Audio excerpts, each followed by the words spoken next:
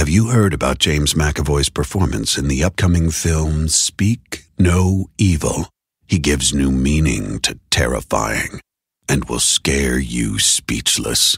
The film is filled with teeth-clenching, seat-clawing suspense and will haunt you forever. Be careful who you trust. Universal Pictures and Blumhouse invite you to Speak No Evil, only in theaters September 13th.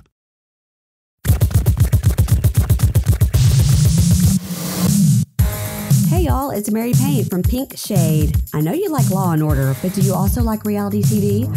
Over on Pink Shade, I'm talking about your favorite shows. That's all the 90-day spinoffs, to Love After Lockup, to Bravo, and everything in between. I'm talking Plathville and Chantel and everything, and even some Netflix documentaries. So if reality TV is your jam, come listen to us talk and talk and talk over on Pink Shade, wherever you find your podcast. For exclusive podcasts and more, sign up at patreon.com/partnersincrimemedia. This week's Law & Order Marathon winner is Miranda Oakleberry from Mercer Island, Washington. Miranda will get a marathon decal showing she watched 26.2 hours of her favorite crime show. To be next week's winner, sign up at lawandorderpodcast.com. I'm Kevin Flynn with Rebecca Lavoie and Melody Carlisle, and these are their stories. You think you know who did it, but you don't know who did it. Law and order, law and order, law and order. It's no ordinary police procedural, baby. It's the FNOG of police procedurals, baby. Law and order, law and order, law and order, law and order. These are their stories, these are their stories. Welcome to These Are Their Stories, the podcast about network TV's most enduring crime franchise and the real-life cases that inspired their shows. I'm Kevin Flynn. Each podcast will break down an episode from either Criminal Intent SVU or Original Recipe, and today we're looking at SVU Season 24, Episode 18, Bubble Wrap. Dude had his head on mommy's boob. Sure, what it looked like. Could explain his issues. What, are you working for the defense now? Joining me to do just that is true crime author and host of Crime Writers On and Netflix's You Can't Make This Up podcasts. It's Rebecca Lavoie. Hello, Rebecca. Thanks for giving me the freedom to be here today, Kevin. Appreciate it. You're welcome. Rounding out our panel is our special guest from the Heaving Bosoms podcast. It's Melody Carlisle. Hi, Melody. Hello. And you're right. You did not read that incorrectly. The podcast name is Heaving Bosoms. Yes. It's about romance novels. It is. And I got to ask, does a good romance, does it have to be hot and spontaneous, or should it simmer over a quarter century of network television? And I'm asking for a fictional detective. You know what? Olivia and Elliot really need to get it together. And the answer is a good romance is whatever you think it should be, as long as it has a happy ending. A happy ending is kind of, you know. Yeah. It's not what she means, Kevin. Oh, it's not what she means? No. Well, also that, just depends on your level of spice. Yes. Melody, of all the franchises, which two cops are your favorite Law & Order detective team? Favorite Law and Order detective team. Okay, I don't know if this is going to be a hot take or not, but as far as like sheer entertainment is concerned, I'm going to have to go with neurodivergent king Vincent D'Onofrio in what's his name? Bobby? Yes. Something like that. Bobby Gorin. And his partner, that beautiful piece of rye bread. What's her name? Alex Eames, yes. Yeah, that's the one. We let you hang there for a minute. But, It's okay. It's all right. She's a little more obscure, but I do love them. I love Eames. Eames is one of my all-time favorite Law & Order franchise characters. Yeah. She's the most patient person who's ever lived on the planet. Patience of Job. No, patience of like an elementary school occupational therapist. So, I mean, it's lovely. I love their dynamic because she's just like, I know the answer, but I'm going to let you mansplain to me. And that's because this is your process. She accepts him for who he is, and I love that. Yeah. Yeah. And who's your favorite prosecutorial team? Favorite Law and Order District Attorney prosecutorial team. Oh, boy. All right. I've been thinking about this, and I don't even know if this is going to be the correct format for the answer. But I love a redheaded Casey and her mentor, Elizabeth, whatever her name was. Connolly. Yeah, I don't know if they were actually like DA, district or ADA, but I just love their mentor relationship. Yeah. And the fact that Elizabeth becomes a judge. Yes. That was Judith Light, right? Yeah. A really snarky judge. I dig that about her. And I will give you bonus points for identifying redheaded Casey Yes. Novak Thank as you. opposed to the blondish. The blonde one. Yeah. Yeah, cool. All right, now let's take a look at the first half of this episode. Special Victims Unit, Season 24, Episode 18, Bubble Wrap. Well, we open on a couples therapy session with an asthmatic young man and an older woman. Martin Parish says she's too smothering, and Connie Parish says all she wants to do is play cards before bed. Connie is running high-end real estate business Parish Enterprises and likes to loudly fuck random building managers in the adjacent office so Martin can hear them. Interior designer Mona invites Martin to her place where they drink wine, do some cocaine, snuggle on the couch, and when she refuses his creepy advances, Martin rapes her. Cut to Martin entering Connie's apartment where he confesses his crime to the woman who is not his wife, he's her mom. And this is all before the first dun-dun. Oh, yeah. Benson sends new detectives Grace Muncy and Tony Churlish to get Mona's statement. We were just hanging out. Then he made a move. And how did you respond? I tried to push him away. And what did he do? He got angry, ripped my shirt, bit my breasts hard, then raped me. Martin tells Olivia and Finn that he never raped Mona, and Connie tells them to GTFO. Mona told her roommate about the rape, and when she later recants her accusation against the wealthy suspect, Carisi thinks they might have enough from the outcry witness to make an arrest. Benson goes to Martin's house and finds out he's all about them titties. They discover him in bed with his mom sucking on a boob. After he's arraigned for rape, Olivia accuses Connie of paying Mona to change her statement, and she reminds Benson that she's done some shady things to protect her own son. But after Muncy and Churlish convince Mona to appear before the grand jury, she turns up dead from an apparent overdose.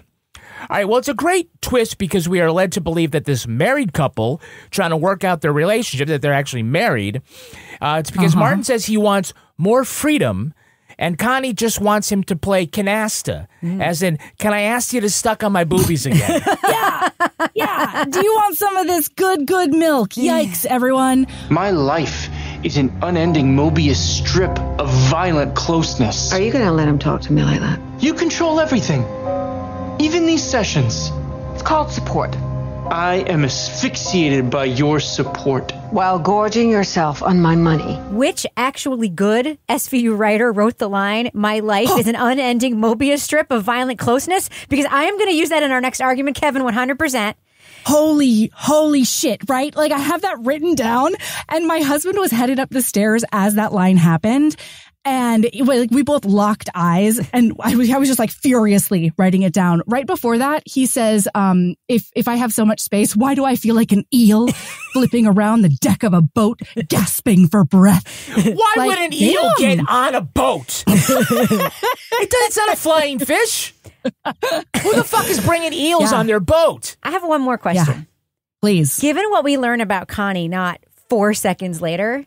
Sure. How did Martin convince her to go to therapy? Yeah, it's a good question. Whose idea was that? My theory is that it was her idea to manipulate him. Oh. Yeah. Just like all women. What therapist would let this happen though? Like what? He didn't bring this up and have her do it.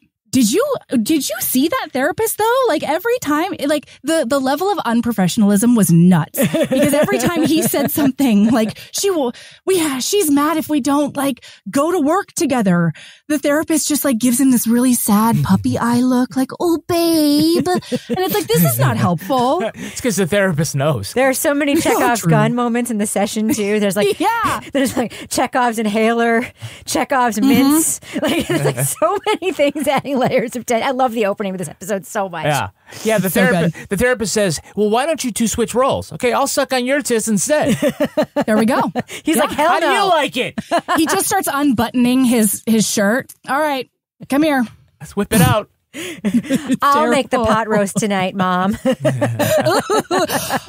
Now, we also think that Martin is a cuck because Connie randomly fucks a guy who's, I guess has been like going over the financials. He's a realtor. Yeah. And so they exit by going up this random staircase in the middle of the office. Where did that staircase go? The balcony. Were you not listening? They were going to christen the balcony. Yeah, stairway to a terrace. It's a fuck terrace. It's fine. I have no more questions. It's a slam pad. It's 2023. Who has a slam pad in their office? Connie. That's right. Well, a lot of places I know they put in a nursing room. So maybe it was, they're like. It's synonymous for her. You know what I mean? That's right. Dual purpose. Yeah, so then he can pump too. Yeah. Okay, so Mona is not only a 23-year-old interior designer for a multi-billion-dollar real estate company, she's also down to snuggle on the couch with asthmatic rich guys. Yep. Yeah. Mona's not super sure about what boundaries to stick to and what boundaries to just roll over, frankly. Yeah. It might be weird at the office. Yeah. Not weird on the couch. Right. There you go. Again, so many Chekhov's gun moments in this scene. They signal poisoning in the first 10 seconds of this episode. And in this scene, it's like, have some wine, have some cocaine, have an inhaler puff. I'm like, yep. Poison. What is happening? Absolutely. So many opportunities. In my notes later, I can't tell like what actually poisoned her. I was just like, did she force the inhaler down her throat? Like, I don't know. But also, he rapes her to the tune of, I got you, babe. Mm-hmm. Is that what happened? I thought, okay, now here's, and I don't know if this makes it better or darker, but I thought that they, the rape happens and then maybe it just like crescendos when he gets home to his mother's Dexter apartment. Yeah. I don't know, but like the way that it gets louder and louder as he gets home to this apartment that's covered in plastic, a la Dexter the serial killer, and then goes to his mom, who is suddenly in 1950s housewife cosplay. Mm-hmm. As she has made a roast, there are candles, and then she just says, "I won't let anything happen to you," as she's like petting him. Yeah, it's this episode was a ride, and I loved it. Well, it's definitely the first big twist, which is revealed. Martin shows up, as you say, at the apartment, and he calls her mama. But I think we've already established that they're both into some weird stuff, so calling her mama just might be another kink. That's what I thought at first, too. Did you? Well, it's like we've gone this far. They got me. Even though I've watched a million depraved episodes of this fucking show, they actually got me for a moment because, like, the age dynamic thing, they've done that a million times before. You know how they got me? How'd they get you? The line in the therapy scene where she said, like, "You've no problem spending all my money," which is a thing a rich woman would say to her much younger weenie husband, which we've heard on this show many times. So I had it incepted that he was her much younger weenie cock husband. And I've heard it, but in real life. But Melody, you also point out the fact that like they walk in and there's like plastic everywhere, just hanging. It's like they're going to be painting every day. It's a fake out. You think he's about to get murdered. You think that's what you think? Yes. Didn't you think he was about to get murdered when he walked into the thing? I don't know. Okay, listen. So I don't know what this says about me personally, but they did not get me for a moment. And this is where I think the reference to Barbara Daly Bakeland comes in, because I knew from the beginning they were mother and son, that this was real messed up codependent relationship, because Barbara Daly Bakeland was an heiress in like the 1960s or something like that. She had a son. The father leaves them for a younger lady, and then these two become like incredibly codependent. Turns out the son is gay, and in order to not have that happen anymore, she fucks him. And like it's bad. And then everybody is surprised when this poor child ends up murdering his mother later on. Yeah. Like that's going to happen. There's a movie about it. It's called Savage Grace, and it's with Julianne Moore. That conversion therapy did not work. And oh man, that other Julianne Moore and Eddie Redmayne. Anyway, I got to tell you, I like that rip from the headlines reference better than the one that I got. Okay. Oh, okay. Anyway, so they leave Mrs. Havisham from Great Expectations. Fuck with that place. God. And we're back at SVU. Here we are, season 24. The squad room looks like nothing It did before the pandemic. Right. Apparently, they knocked down that wall where they did all those PowerPoints to let some light in. Yes. And we know that Rollins is gone. Finn is still there. Dick Wolf has been trying out new sets of characters, so we still have Velasco, who nobody would want to talk to about their vaginas under any circumstances. Muncy has been the new regular who, like Velasco, came to SVU from the gang unit, transferable skills. Oh, interesting. Also cycling in this season are two detectives from the Bronx SVU, Miss Tony Churlish and... Churlish, yeah. Churlish. Oh, she's Churlish. I'm like, what is that? What kind of neg is that? All I know, but I'm just so happy because I was like, who the fuck are these two? And then 2 seconds later, Liv is like, how are Muncy and Churlish doing? I was like, thanks, Liv. Right? Yeah. I wish you would do that at parties, Kevin, where I don't know people. That was a good trick. It's like whenever somebody walks into the room at a soap opera, they use their name because you just never know. Because you might not have watched it That's for 3 right. weeks. Yeah. Why, hello, Robert Scorpio. New actor, yes. Yeah, new actor. They also have rotating in Terry Bruno, is the name of the character. He's the rich guy, right? He's the rich guy, right? Like, yeah, I like Bruno because he was an excellent detective, and he blew the whistle on his corrupt unit and won a multi-million-dollar lawsuit against the city. Is that who that is? Yeah, right. And he still wants to work there. Yeah, because it's not there for the money. He's there for the molestation. Yes. There you go. You know? I will say, though, I think it's hard to get a groove and connect with new characters when none of them stick around, and the ones who do don't like each other. Right. Yeah. Bless them, but they're just standing there like bar soap. You know, like Muncy can't emote to save her goddamn life. Even when she's because they go and they get the initial statement from Mona. Yeah. And this was also incredibly weird. I just laid there frozen. It's called fawning. It's okay. It's normal. And then Muncy looks at her and she says, it's called fawning and it's normal. And then I'm wondering if because that's not true, right? It's flight, fight, or freeze, and then fawn as well, right? Yeah. And am I to believe that these SVU writers are peddling misinformation just so that Mona can say, I'm nobody's fawn at the end of the scene? Yes. I don't think the payoff's not worth it. It's an elite squad. They have elite training somehow. It's oh, you were taking down drug dealers in the streets? Have I got a new assignment for you? They're so elite that they don't realize. Buy a jacket and you'll look nice. Mona collected her own evidence and put it in a plastic bag. Yeah. And that totally fucking breaks the chain of evidence and it's useless and they can't use it. Right. She shows up at the hospital and they're there, and next to her bed is a wine glass in a Ziploc bag. So I think she's thinking, just in case this rape kit isn't enough evidence. It's like, yeah, you've got semen and bite marks, but do you have a lip print from a Crate and Barrel wine glass? You're welcome, Carisi. All right, we have Hey, It's That Guy.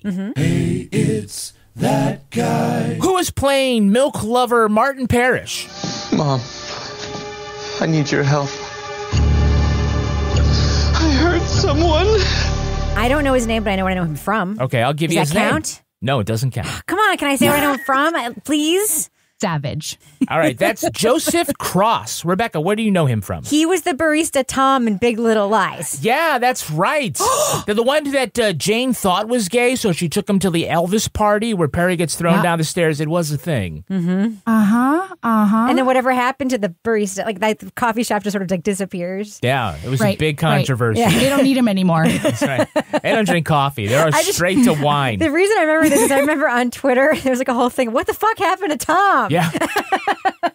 I would not have remembered his name were it not for that. It's like, would you like milk in the coffee? Of course I would. Ooh, always. Right from the tap. So Joseph Cross's breakout role was as author Augustin Burroughs, the autobiographical movie Running with Scissors. And if he gives you a creepy vibe, it might be because he played real-life serial killer Benjamin Barnwright in Mindhunter. Does it look like a Hobbit? Yeah, that is the other place I know him from. In the Hobbit world. You think he looks like a Hobbit? He looks like a discount all Hobbit. of his doors are round. Yeah. He also played Tom and Margot's son Casey on As the World Turns.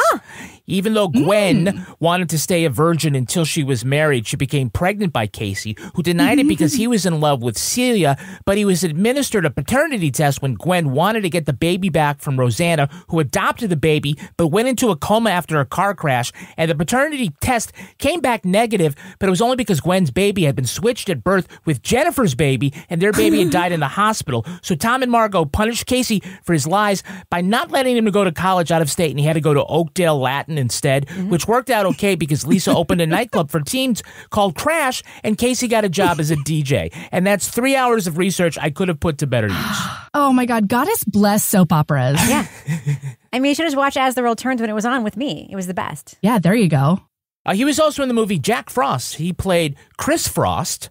Michael Keaton played Jack Frost, who was killed in a car accident and returned as a snowman to make everything right with his son. But he's got to do it before he melts. Global warming ruins everything, am I right? Even family bonds. Yeah. Never make friends with a snowman. That's what I always say. Michael Keaton. I'm Snowman.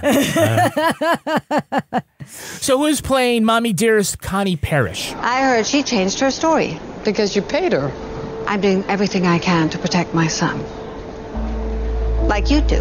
What you have done. Oh, that's Michelle Gomez. Yes. Scottish actress Michelle Gomez, or Michelle May Romney Marsham Antonia Gomez. Wow. You might remember her as the ghostly secret agent behind the murder plot in The Flight Attendant. Miranda. Yeah, and she was extra sexy there. She was. She was also Madame Rouge in the superhero show Doom Patrol, but she is most famous perhaps as Missy, the arch nemesis to the 12th Doctor in Doctor Who. Yeah. Right? I guess the master, Rebecca, you watched... No. You didn't watch No. Doctor Who? No. Everyone thinks I did because I watch all the Doctor Who adjacent stuff, but I have never seen Doctor Who.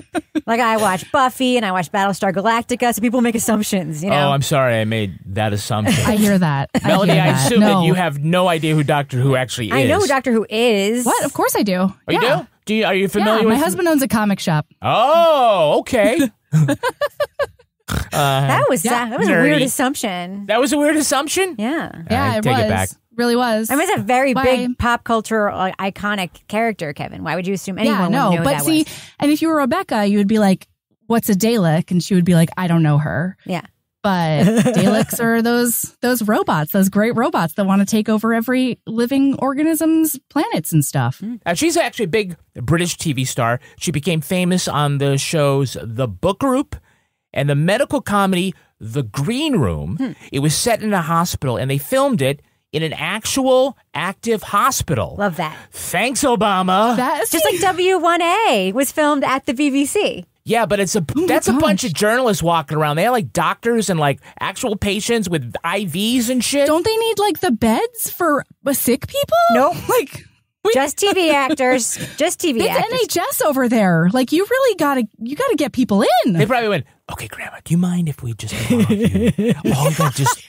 They don't pay for extras. They just do it. Yeah. Exactly. What do you expect with free healthcare? Come on. Yeah. Oh my goodness. No, So who's playing Martin's attorney, Elaine Samuels? I don't know, but she's incredible. We'll be filing a motion to dismiss the rape charges. She is Frances Turner. She was Dr. Lynn Malvo in 2 seasons of New Amsterdam. New what? New Amsterdam. That's the NBC medical drama, which I don't think was a real hospital all the time, but I mean, who knows?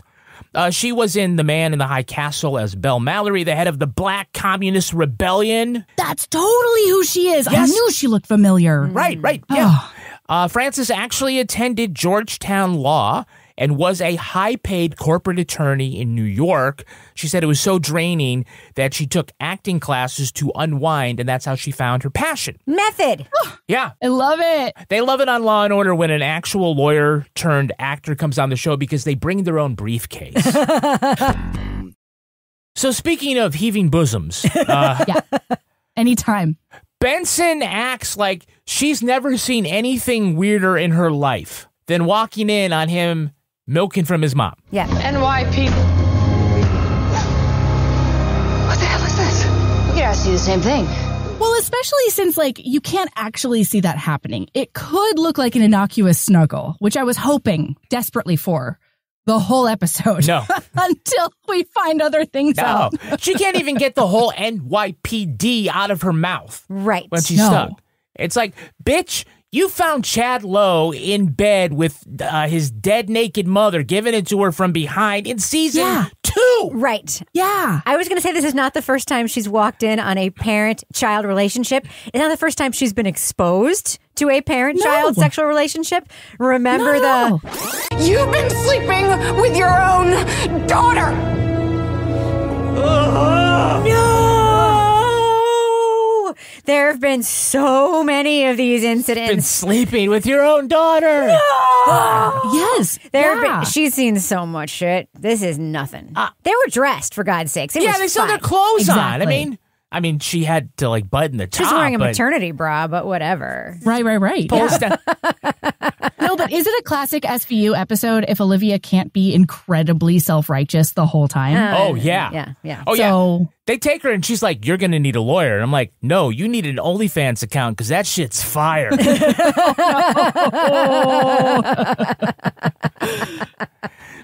But like you said, we do get this face-off between Liv and Connie outside the courtroom. Mm-hmm. Benson knows that she paid Mona to change her story. Connie seems to have watched more episodes of season 24 than I did. Yeah. Oh, definitely more. That gang case? So you follow the news? I admire you. Raising your son alone.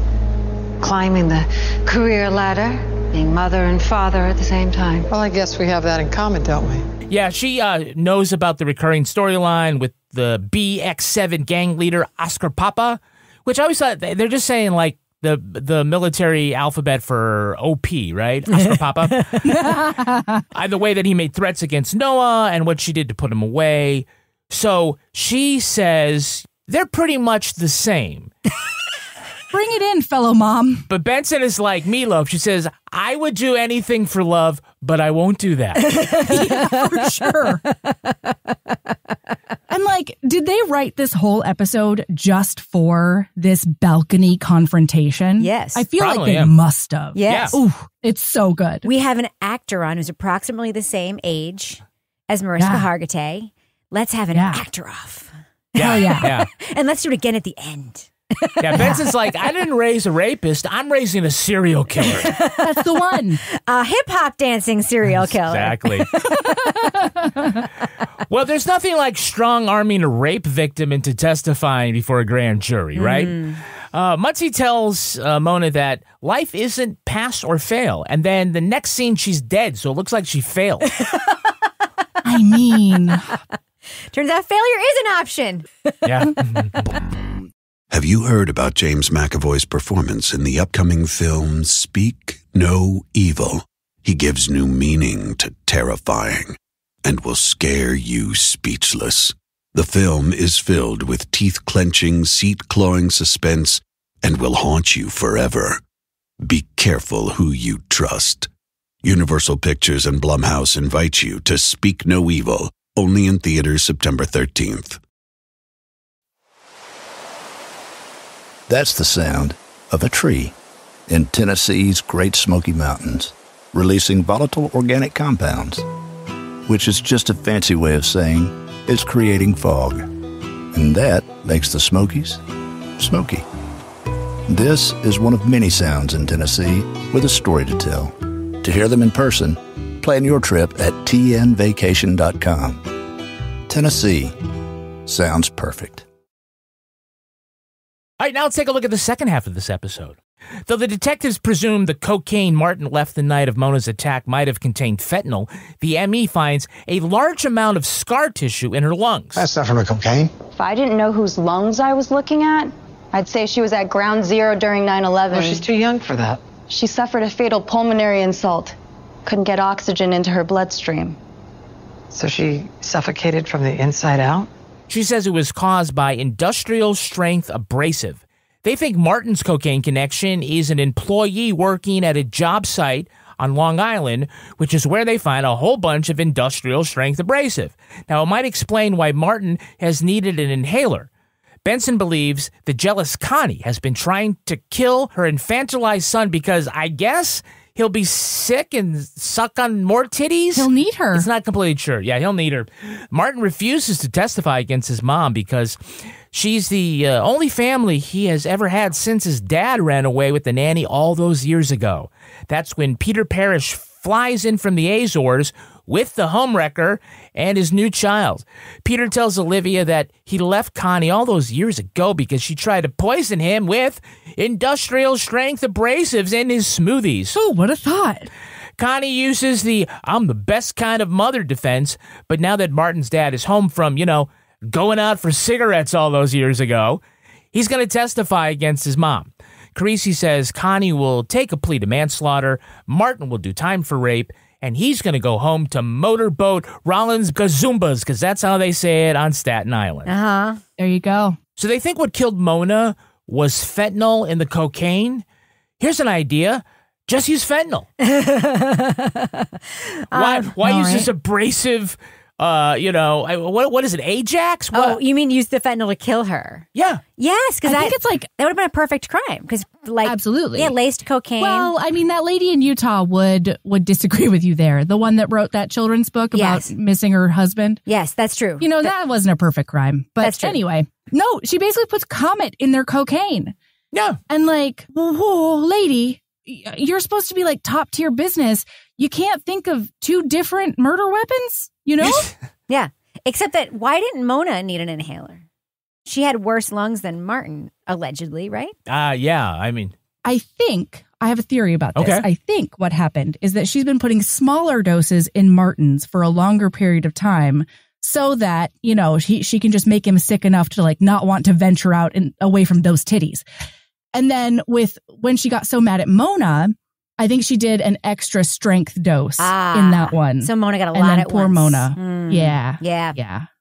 Yeah, because Martin has his lungs x-rayed and they look almost exactly the same as Mona's. So that's what's been making him asthmatic. Well, if she had an inhaler, maybe she would have still been around, but she could have been wheezing a little more. I definitely agree. So apparently the only person in New York that rich Martin Parish could possibly get cocaine from is Harry, his mother's foreman on Long Island. I love, though, that they end up having this discussion about whether that means because he's in construction, he's in the mafia. Henry Caputo. Caputo, this guy got a record? Mob connections? Well, it's not as stereotypical as it sounds coming from you, Carisi. Let's just say a little of both. Well, it turns out that the world of construction in New York is as shady as we all thought. I guess it's just as shady as we always thought it was. oh, wow, revelation. Yeah, Olivia's shrug emoji. The answer is apparently yes. He is in the... I don't understand why that was even a topic of conversation. It went nowhere. It lent nothing. He was just fucking Connie. That's what was actually happening. Yeah. Right. Yeah, he got bonuses for all that D. Yeah. Right. Because when they confront Connie and they say, Henry's been adding the abrasive to Martin's cocaine, she says, I'm horrified. I thought I knew Henry.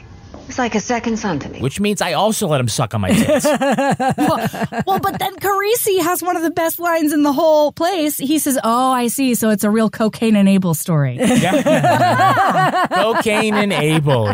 Nice work, Carisi. God damn it, Carisi. He went to night school, too. He did. Yeah. It was a good night school. It was Fordham. Okay, so the motive for slowly killing her suckle buddy is that if he's sick, he won't leave? Yes. And that if he's dead, she knows where he is? Yes. It was tenuous at best for me, but I'm fine with it. It made sense to live because that's the way her mind works. Yeah. That's exactly right. So on Heaving Bosoms, whenever there's something in the plot that's we always say, whimsy, whimsy, whimsy. Right. We're just going to go with it. Right. Keep in mind, too, that Liv also called a 32-year-old rapist young man. Yeah. Well, compared to her. Yeah. Don't at me, America. Don't at me. Ouch. It's math. She looks good, though. It's fine. Of course she looks good. I mean, all women of a certain age look good, but, Yeah. She has a lot of money, so she looks extra good. Yeah, I guess. Yeah, for sure. I guess all that mother's milk kind of, is rejuvenating or something like that, right? Mm-hmm. Okay, wait. Yeah. This is also when Martin says that he can't go against his mother because then he'll be an orphan. An orphan, yes. Which... That's exactly the moment when Martin, his long-lost father, Peter, flies in. He's the one who ran off with the nanny all those years ago. But I am kind of scoping everybody's age. And I'm like, how old was Martin actually? And how old was that nanny? Right. Because they look about the same age today. Right. These are all my questions. Yeah.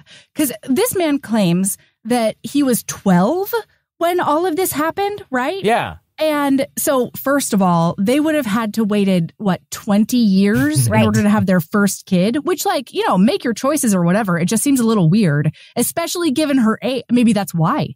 Maybe she was so young. Yeah. They did have to wait those 20 years for her hips to fill out or something. I hate it. But don't you think Martin would have also been into the nanny? I mean, both father and son like those boobies, right? For sure. Yeah.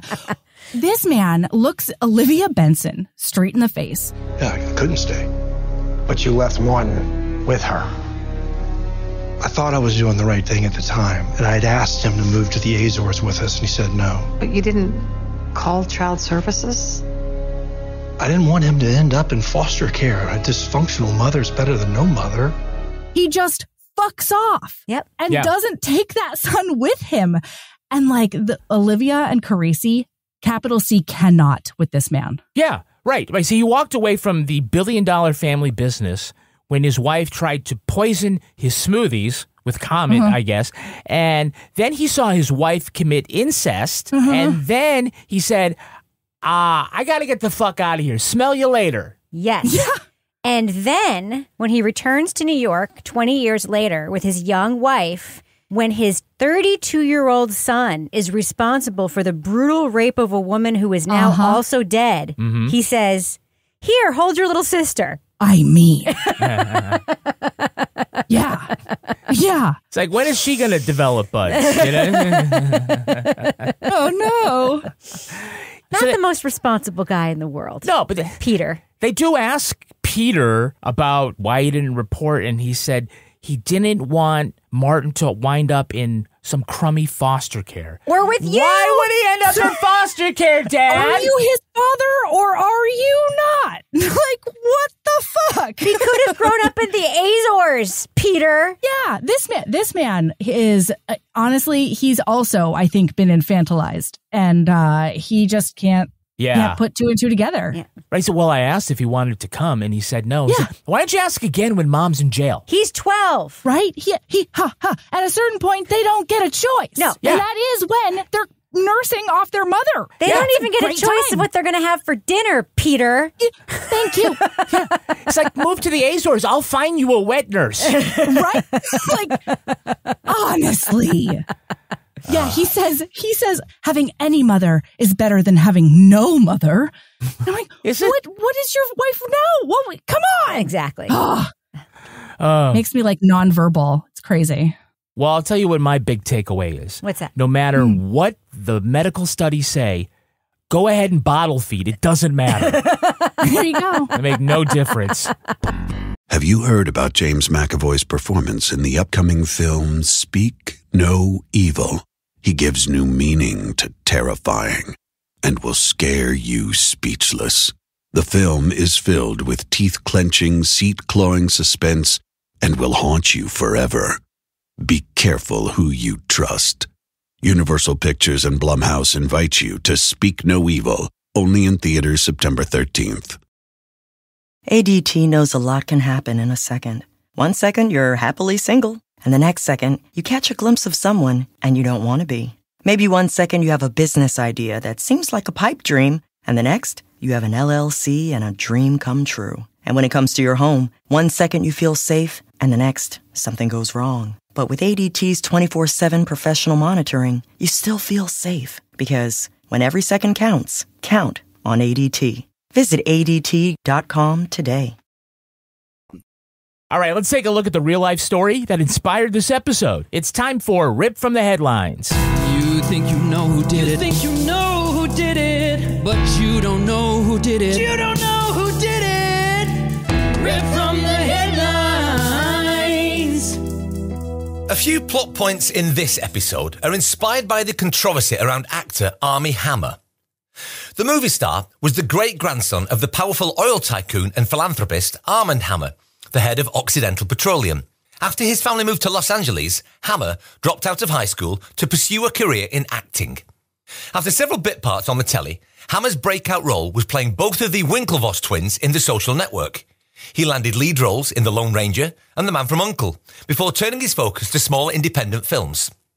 In January 2021, an anonymous woman posted on Instagram she'd had a 4-year-long affair with Hammer. She said Hammer sent text messages talking about his sex fantasies about rape, drinking blood, and cannibalism. 2 women came forward saying the actor forced them into rough sex, which included biting, bondage, and branding. A 2022 documentary called House of Hammer listed new allegations against the star, including claims the powerful Hammer family tried to silence the women.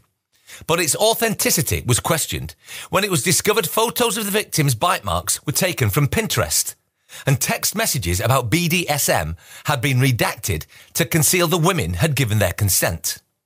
In an interview this February, Hammer admitted to being emotionally abusive, but denied the sex was ever non-consensual. After 2 years of investigating the claims, the LA District Attorney announced in May it wouldn't file charges against Armie Hammer.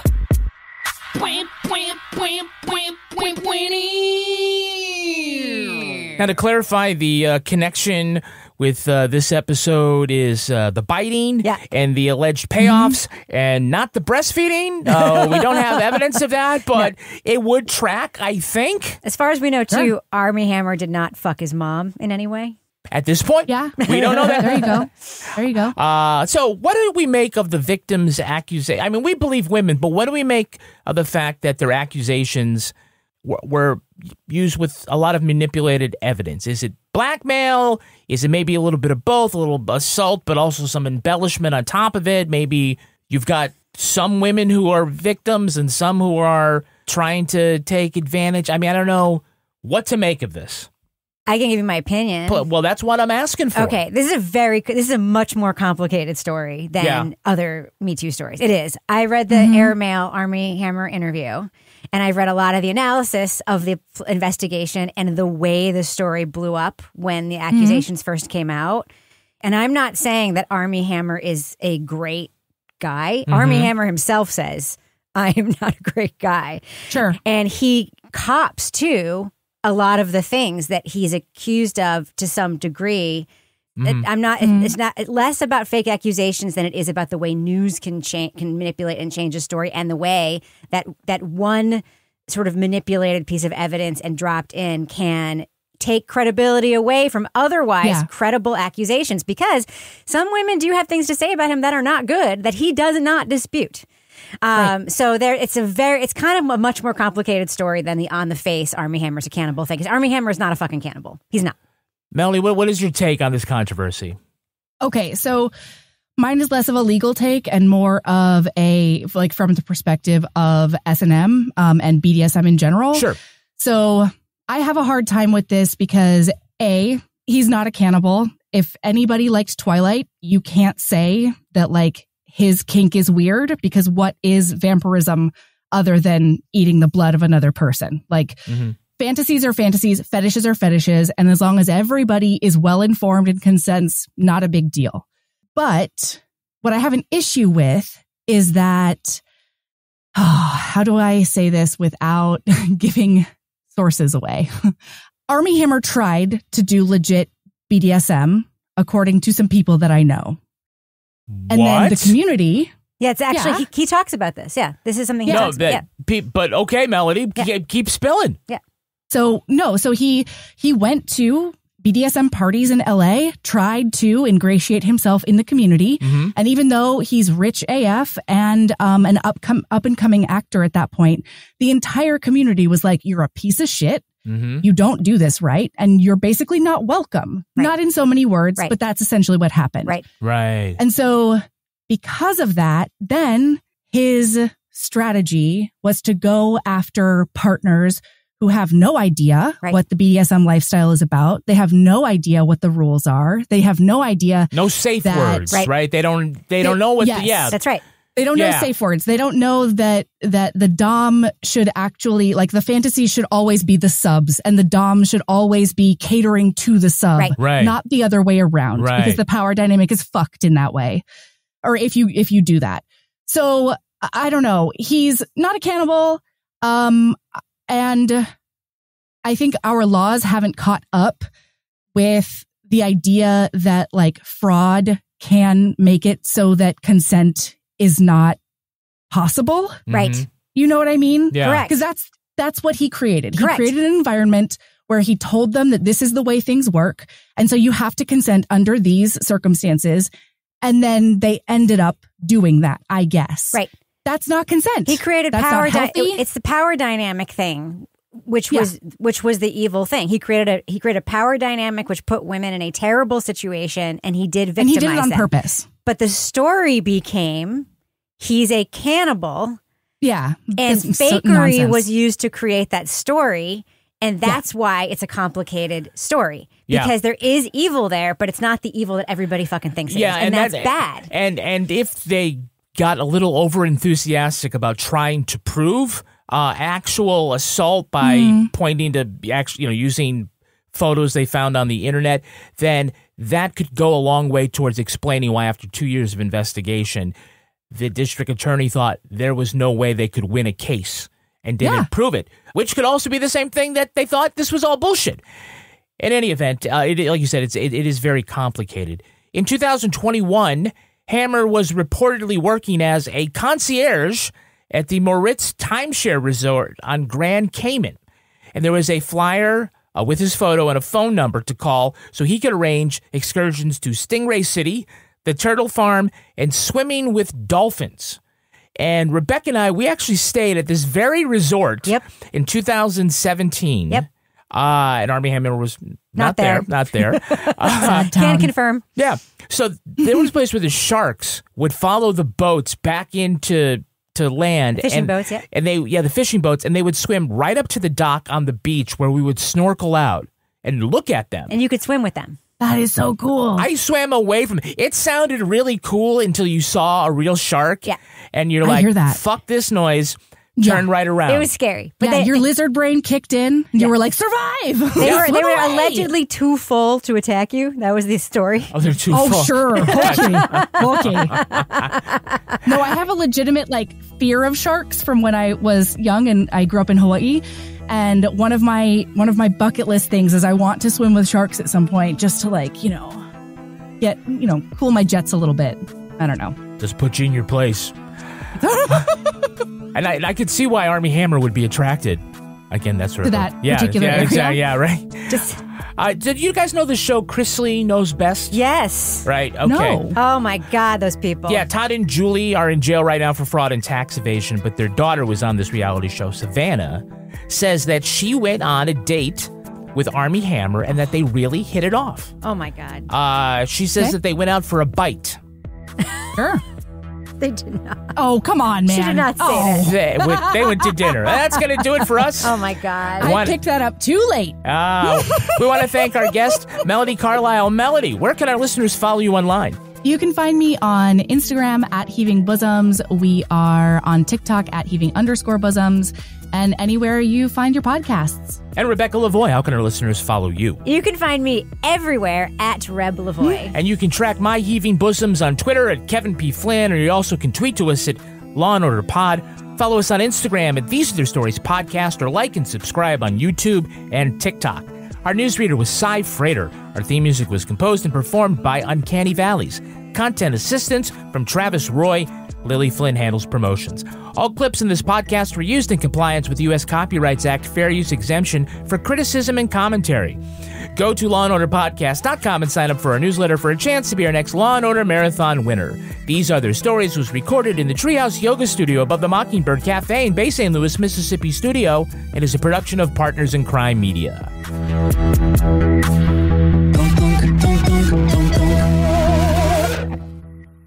Partners in Crime Media. That's the sound of fried chicken with a spicy history. Thornton Prince was a ladies' man. To get revenge, his girlfriend hid spices in his fried chicken. He loved it so much, he opened Prince's Hot Chicken. Hot chicken in the window? This is one of many sounds in Tennessee with a story to tell. To hear them in person, plan your trip at tnvacation.com. Tennessee sounds perfect.